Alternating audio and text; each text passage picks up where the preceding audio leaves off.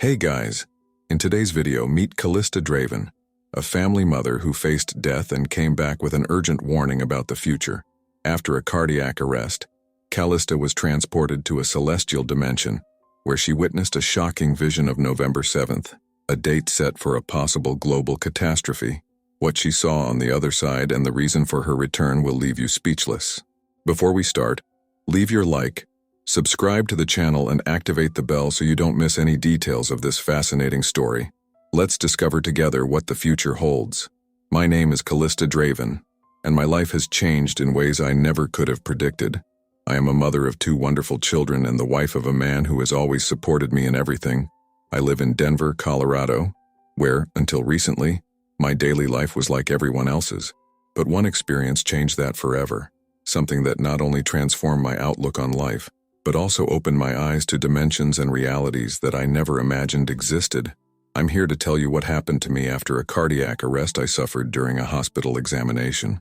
Upon undergoing a near-death experience, or as many call it, NDE, I was taken to what I describe as the 5th dimension, a place beyond any human understanding, the first level of heaven.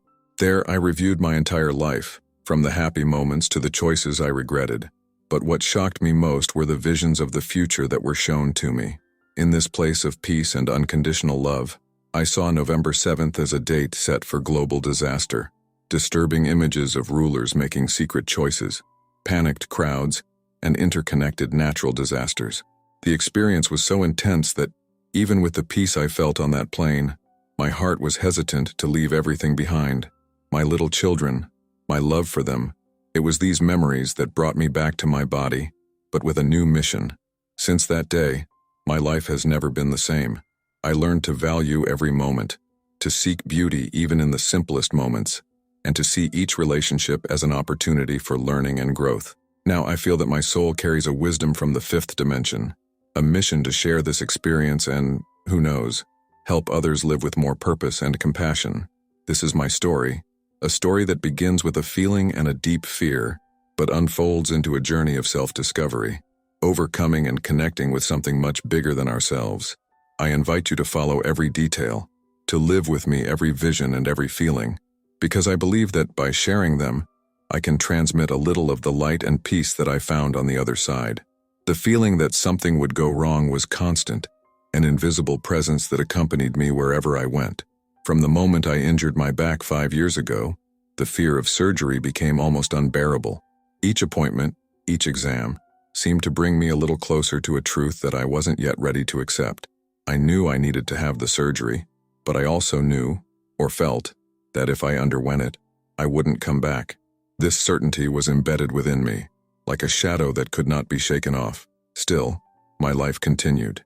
The days passed at a fast pace, filled with the laughs and cries of my young children, the routine I built with Michael. But each year the pain worsened and doctors insisted that surgery was inevitable.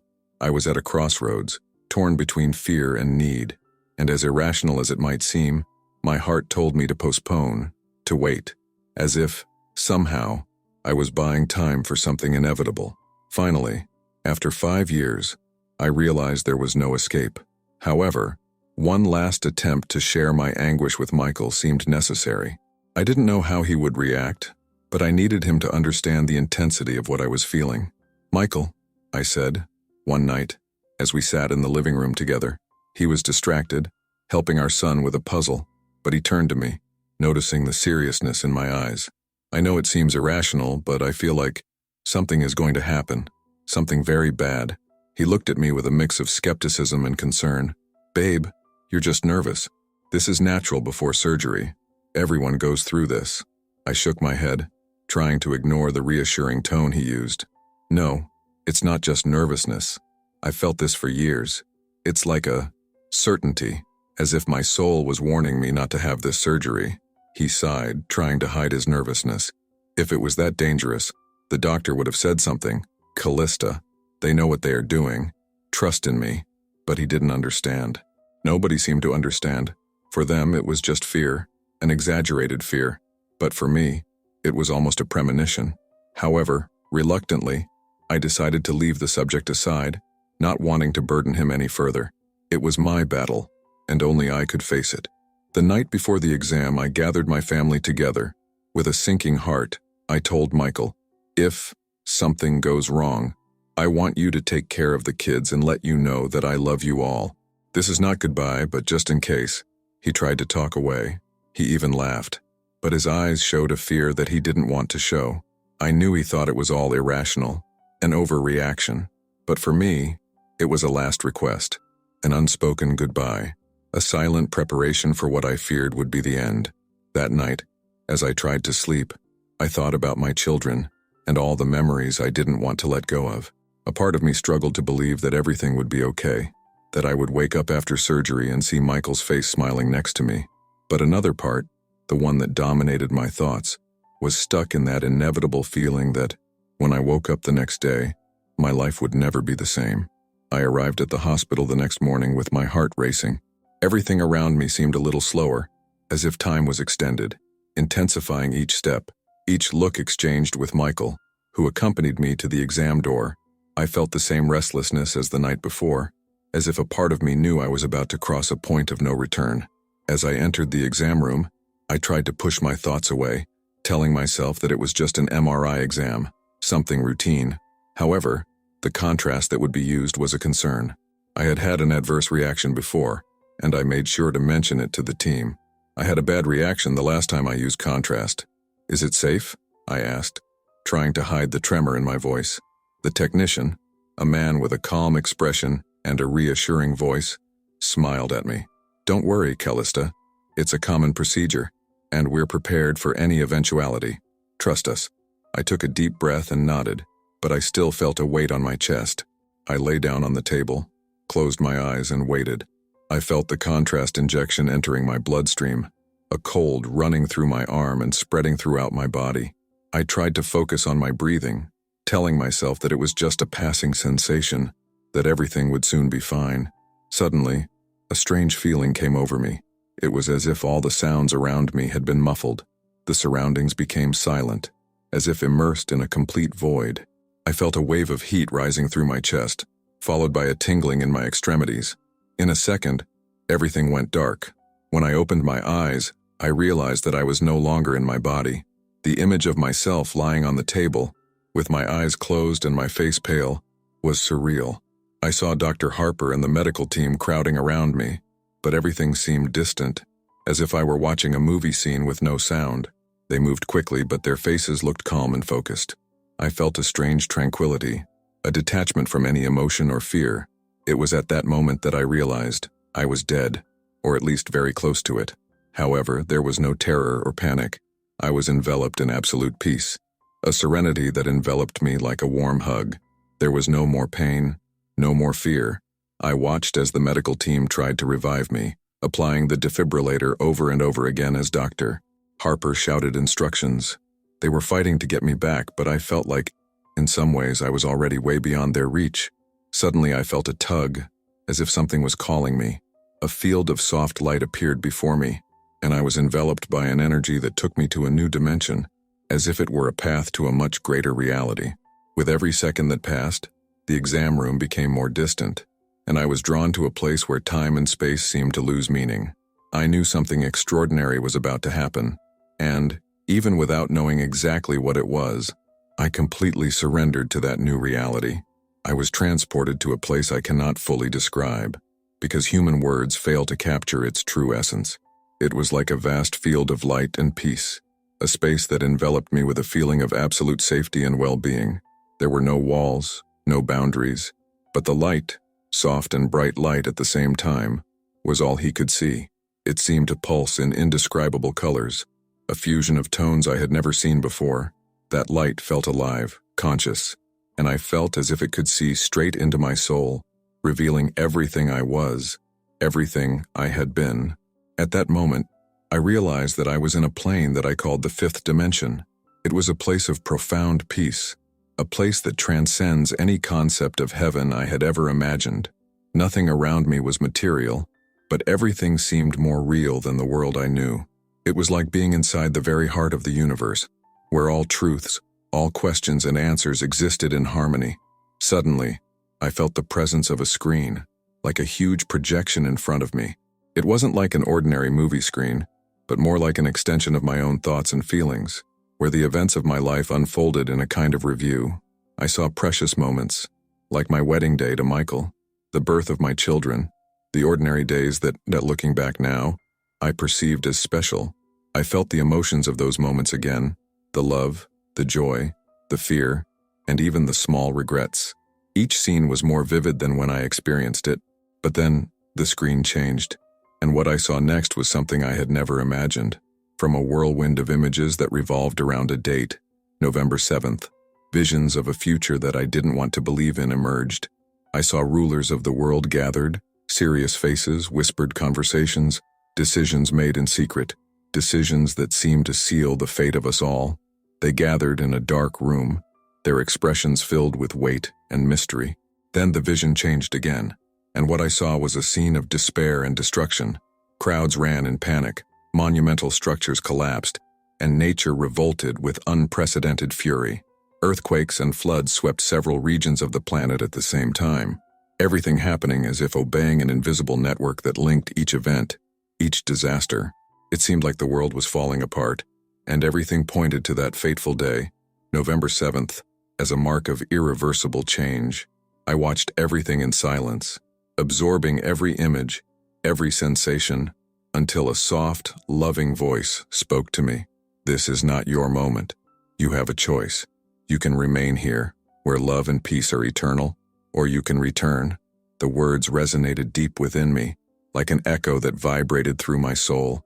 The place where I was so beautiful and peaceful that it was tempting to stay there forever. There was no fear, there was no pain, just pure, unconditional love that filled every part of me. But then, in my mind, I saw my children's faces, their innocent voices, their smiles, their little hands intertwining with mine. The love I felt for them was so powerful that it overcame the desire to stay. I knew they needed me, and no matter how difficult it was, my mission alongside them was not over yet. With a mixture of longing and strength, I made the decision to return. As soon as I chose to return, I felt a force pulling me. The light around me began to fade, and the fifth dimension scenery slowly dissolved. Suddenly, everything went black, and in the blink of an eye, I was back in the hospital, lying on the table, feeling a crushing weight on my chest, as if I had just walked through a wall between worlds. As soon as my decision to return was made, I felt a sudden impact, a sensation of precipitous fall. It was as if she was being pulled back into her body, dragged by a force she couldn't control.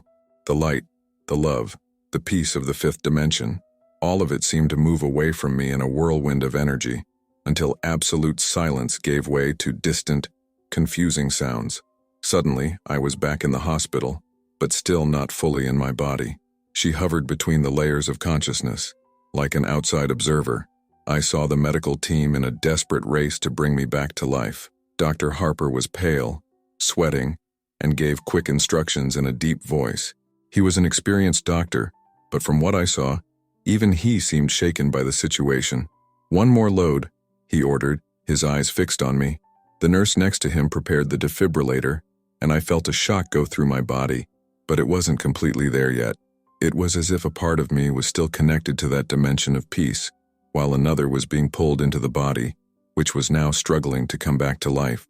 I observed everything with a strange serenity, almost as if I were watching someone else's life. But at the same time, I knew that my decision to return depended on a choice I had made with my heart.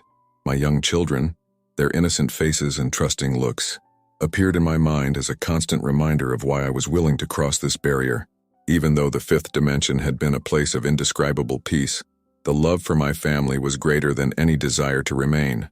The medical team, seeing that initial attempts were not working, tilted the table, a technique to try to stimulate circulation and keep blood flowing to the brain. I saw Dr. Harper lean over me, delivering another defibrillator charge with unwavering determination. And then, at the very moment I completely accepted my return, I felt a final shock go through my chest. It was like a bolt of intense, painful energy, and I felt the impact as my soul reattached itself to my body. The physical pain hit me hard, making me take a deep breath as if I was inhaling life for the first time. I opened my eyes slowly, panting, and saw Dr. Harper and the team watching me with a mix of relief and surprise. They exchanged glances, still in shock from the effort it had taken. Dr. Harper gave a slight smile, a subtle expression but one that revealed a combination of astonishment and respect. He had brought me back, but something inside him seemed to say that I had been to a place that he, as a doctor, could not understand. At that moment, as I felt the weight of life on my body, something in me knew that I would never be the same person again. I was now a woman who had touched another reality, a dimension that opened her eyes and soul to a greater purpose. When I opened my eyes and saw myself back in that cold, bright hospital, I felt a mixture of relief and a strange melancholy. The peace of the fifth dimension still lingered in my mind, but now it was gone, replaced by the familiar weight of the physical body, the lights, the sounds, the touch of the doctors, hands on my skin. Everything felt intensified, as if I were experiencing the world for the first time. At that moment, I understood that I was different. Something had changed deeply within me. "Welcome back, Callista," said Dr. Harper, his voice controlled, but with a strange gleam in his eye. It was almost as if he knew I had been in a place where he couldn't reach me, and now he looked at me with a mixture of respect and a curiosity he was trying to hide. I was still weak. My body was sore from the effort of returning, but I knew I needed time to assimilate what I had experienced. After some time under observation, I was taken to a quiet room, where Michael was waiting for me. His face showed profound relief, but also apprehension. He knew something had changed in me, even if he didn't understand exactly what. "Callista," he began, his voice shaking, "we think you left. For a moment, I thought I would never see you again." He held my hand tightly, as if afraid I might disappear again. "I didn't think you'd come back either, Michael," I replied, feeling my voice breaking.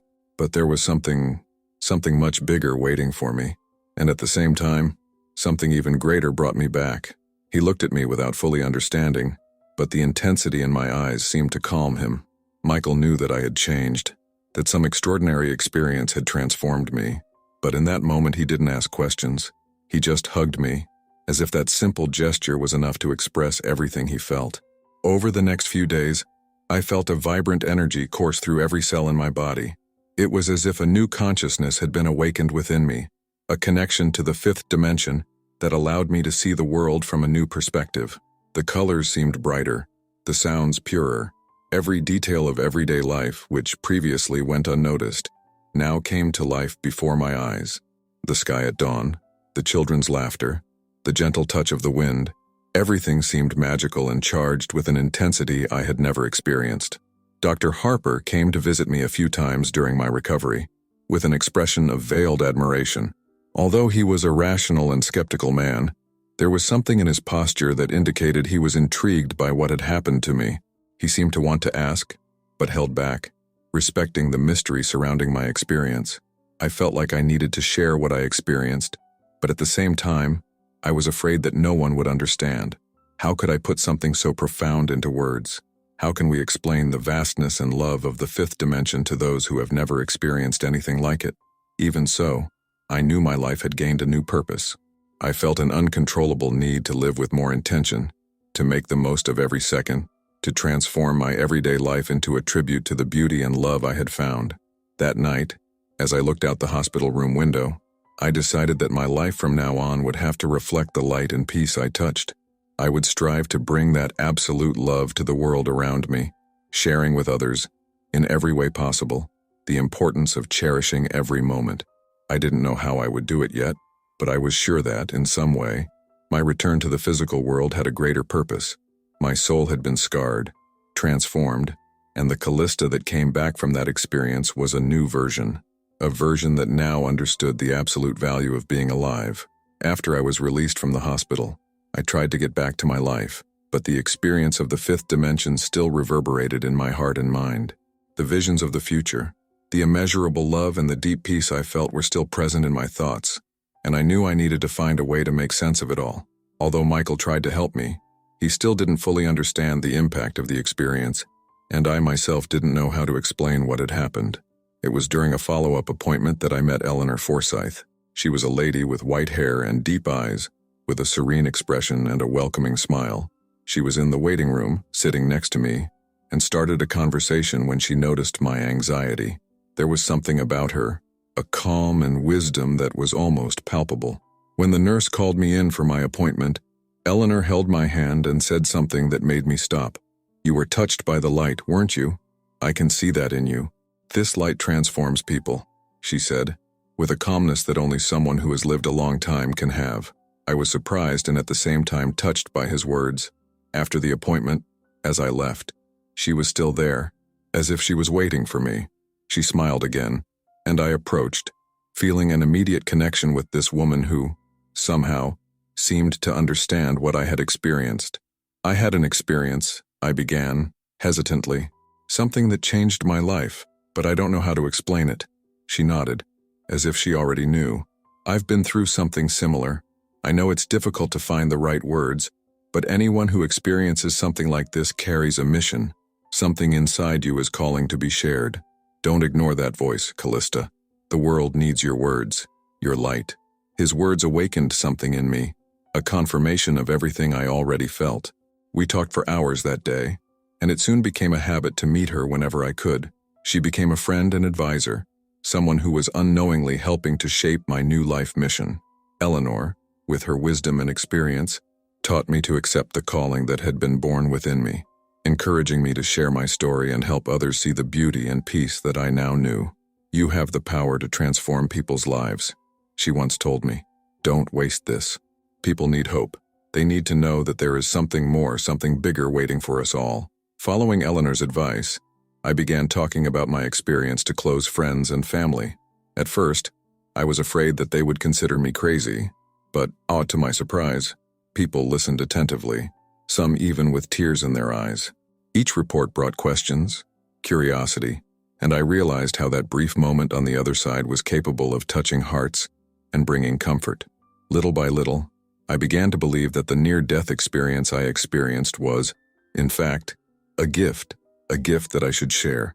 Eleanor was by my side at every step of this process of acceptance and transformation. She was more than a friend. She was a mentor, someone who deeply understood the importance of giving meaning to life and spreading light in times of darkness. With her words and support, she helped me understand that the love I found in the fifth dimension was not just for me, but for everyone, and that my mission now was to serve as a conduit for that love to reach as many people as possible. My life, which previously revolved around everyday life, now had a greater purpose.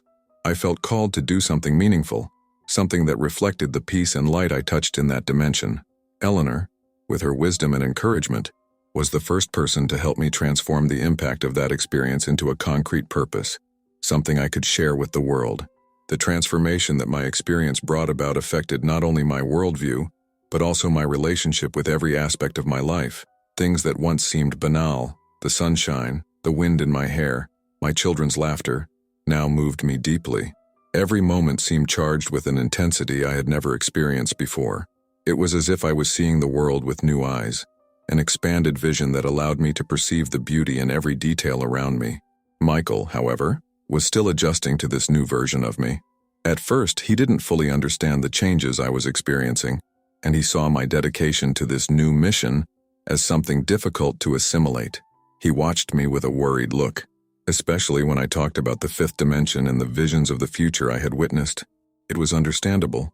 My experience was something that challenged the foundations of our reality, and he, as a practical man, preferred to keep his feet on the ground. One night, as I was getting ready for bed, he sat next to me on the bed, looking serious. "Callista, I understand that something profound has happened to you, but are you really okay? I get worried. It seems like you are always far away, like a part of you is still there." I smiled, holding his hand. "I know this is hard for you, Michael.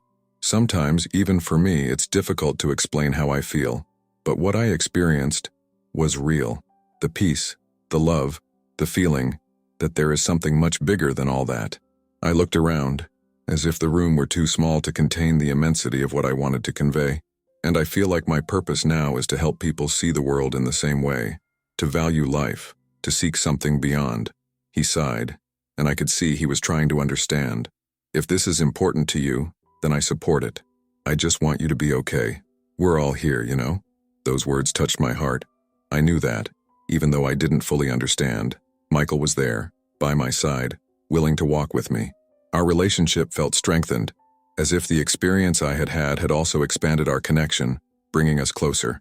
Over time, I began sharing my story not only with those close to me, but also with small groups in our community. Little by little, I was invited to speak at spiritual support meetings, self-knowledge events, and even churches interested in hearing about what I had experienced. With each report, I saw a change in people's faces, some silent tears, moved smiles, looks that conveyed a feeling of welcome. I discovered that my purpose was to bring hope. The experience I had in the fifth dimension was not just a revelation about what comes after life.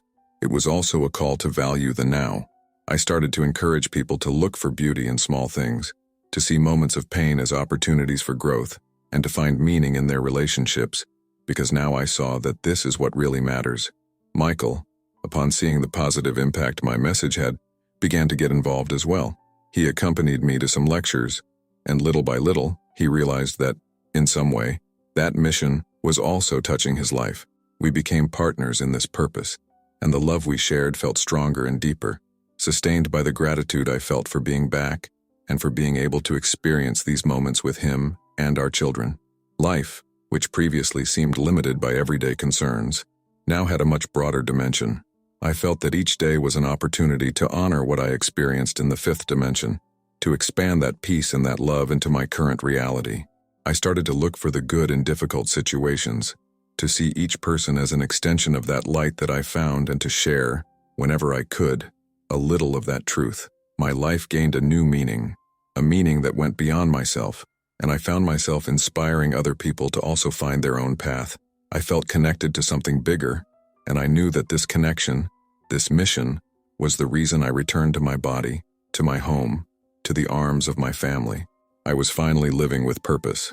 As I shared my story, many people started reaching out to me looking for answers. They wanted to understand what I had seen, to know if it was true that there is a greater plan for us, and how they too could find peace in their lives. As these questions arose, I realized that I needed to organize everything I had experienced and learned during my experience in the fifth dimension. There was a spiritual wisdom that I brought from there, an understanding about the nature of the soul and the universe that now manifested itself in everything I did. One of the most profound teachings I brought back from the fifth dimension was about the essence of the soul. During my experience, I understood that the soul is an entity much larger than the physical body, an immense energy, connected to higher dimensions, which only partially manifests itself in our body and our aura. It's as if we were all connected to an energetic network, where every emotion, every thought leaves marks that influence our own lives and those of those around us. In one of my meetings with Eleanor, I explained this realization to her. "You know, Eleanor," I said, as we drank tea at her house, "during my experience, I felt as if my soul was just one part of me, and that another part remained in that higher dimension, guiding everything that happens in my life." She smiled, her gaze lit up. "That makes perfect sense, Callista. I have always believed that we are more than our physical form. The soul is like a bridge between heaven and earth, guiding our actions and learning." These words made me reflect on the depth of our connection with other dimensions. I realized that our soul not only observes, but also orchestrates many events in our lives, in search of our growth and learning. The near-death experience showed me that when we leave, we take everything with us: our love, our knowledge, and even our unresolved emotions. It made me realize the importance of living each day with integrity and resolving our hurts and resentments while we're here. Another thing I learned was about the protective role of the soul in moments of extreme risk. During my NDE, I felt that my soul had separated from my body as a form of protection, so that my spirit would not have to experience the physical suffering of cardiac arrest. I shared this idea in some talks, and I saw how moved people were to think that our souls protect us and take care of us, even in the most difficult times.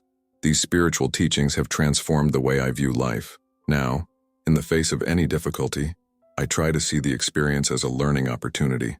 I question what positive things I can take away, what my soul wants me to understand with each challenge.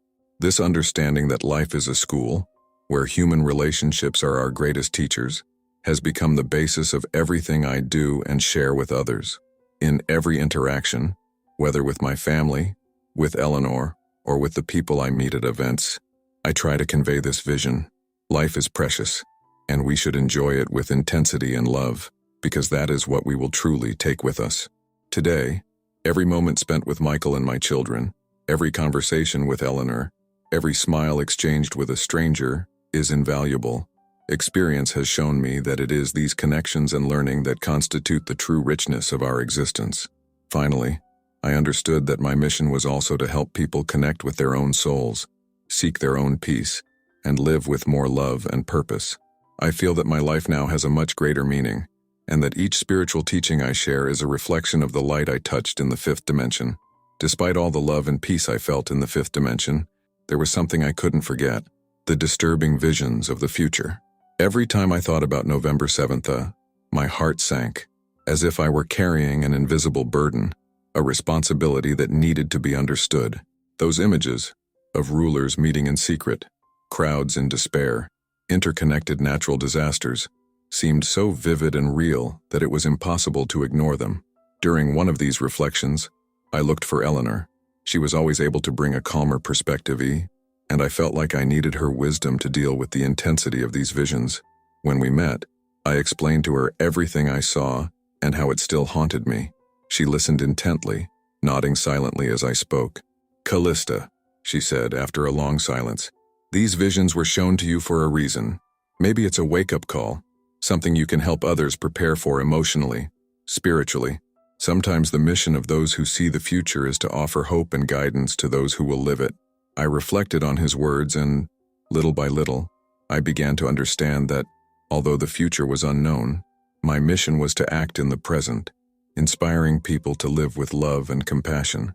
I tried to put this understanding into practice, but the visions still appeared in my dreams, as if to remind me of what was to come. I saw the panic, the disasters, and despite not being able to change those events, I felt that I could, at least, help prepare the minds of those who listened to me.